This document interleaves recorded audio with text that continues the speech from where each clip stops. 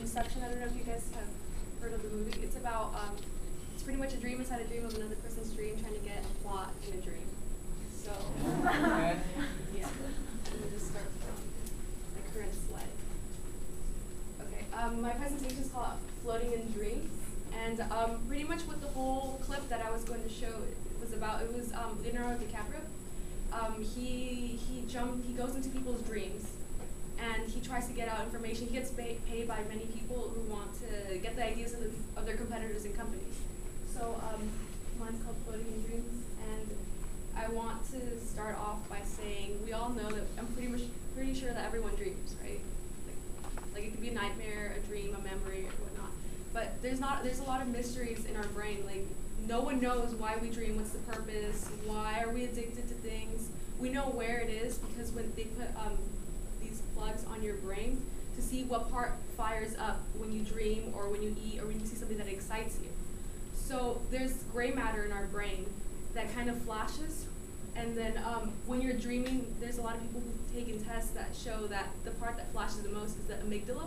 It's on this side of the brain. It's part of your creativity, and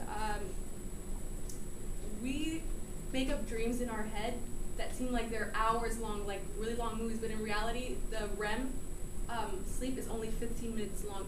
And out of the 5 stages of sleep, there's only 15 minutes, our dream is only 15 minutes, and it seems like hours and really vivid, but dream is only 15 minutes, and it's proven. So my credibility in this is that I took Psychology 170, and I was interested in the brain, why we're addicted to the things that we're addicted to, why we sleep, what causes us to sleep. My thesis is dreams are little movies that we play in our mind while we sleep, and even though our mind is, even though our eyes are closed, our mind is always working. First, I'm going to talk about REM sleep, explain what it is, and the 5 different stages of sleep. Then I will move on to my final point, which is Freud's theory. He's a psychologist, and the 5 theories that psychoanalysis and psychologists have made up why we dream. And like I said, you're going to end this PowerPoint with a lot of mysteries because you won't know why we sleep. No one exactly knows. There's theories of why we sleep, but no one exactly knows. Okay, in Bob Garrett's 3rd edition book, Brain and Behavior, they tested around 1,000 people, and they made them sleep and as soon as their brain fired up, they woke them up so they wouldn't dream. And they did that for a couple of days, and then when they finally uninterrupted their sleep, they saw that the REM sleep is the stage where you actually dream. That the lack of sleep that they didn't get the other days, they went up 20% or 25% depending on the person. So they dreamt more because they weren't dreaming enough before. So it sounds kind of weird, like how do they know when they're dreaming? But it's because your brain fires up, because your brain is completely asleep. Of course, you're still breathing, but when you're about to dream, your brain fires up. REM sleep is a kind of sleep that goes into intervals. So as soon as it's the last step, and it's only 15 minutes long when you sleep, and then non-REM sleep. REM means it's eye movement. So when your eyes move and it goes shallow, that's when you're actually dreaming. And the non-REM sleep is obviously like out of the 5 stages, 1 out of 4. And here is normal sleep, and then here's when you actually dream. It fires up. Different parts of your brain turns red. 5 stages of sleep, okay, they get it from the intervals. Like I said, there's plugs, and here are the small wavelengths. So this is the difference between sleeping and waking up. You know when you're finally falling asleep, but you're still conscious about when you're sleeping, and you still hear noises around you, but you're kind of falling asleep. That is when your brain starts slowing down, your muscles start relaxing. And then stage 2, your breathing and heart rate decreases, and also your temperature. That's why your hands or your feet are cold when they're not covered. And then deep sleep, this is when you begin to reduce. See, if you see here, it's small waves, they're called delta waves, and then they spurt out theta waves, which are a lot faster and bigger. Stage 4 is pretty much where you could be in an earthquake and you won't wake up. It's because you're in a deep, deep, deep sleep. And your muscle activity completely, it's the only thing that's working is you breathing and your heart beating. And then this are a lot of theta waves. This pretty much means that you're in deep sleep and your brain just shuts everything off because it's finally slowing down.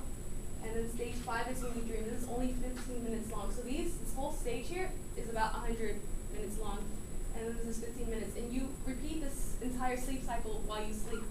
So you can dream more than once, but you only remember one dream, one or two dreams.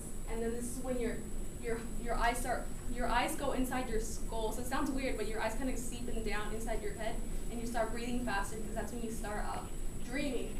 And then sometimes when you sleep, too much in stage 4. In stage 4 is when you get, oh, dang it. And that's it. Oh, it's fine. Yeah, wait a minute. This is Sigmund Freud, and he's the one that made 5 theories. So the 5 theories are here. The 5 theories are, the evolution theory means that you practice, so like let's say I fall into quicksand, in your dream they're gonna tell you, it's gonna tell you how you can escape, so it helps with different maneuvers. That's one theory that Sigmund Freud came up with.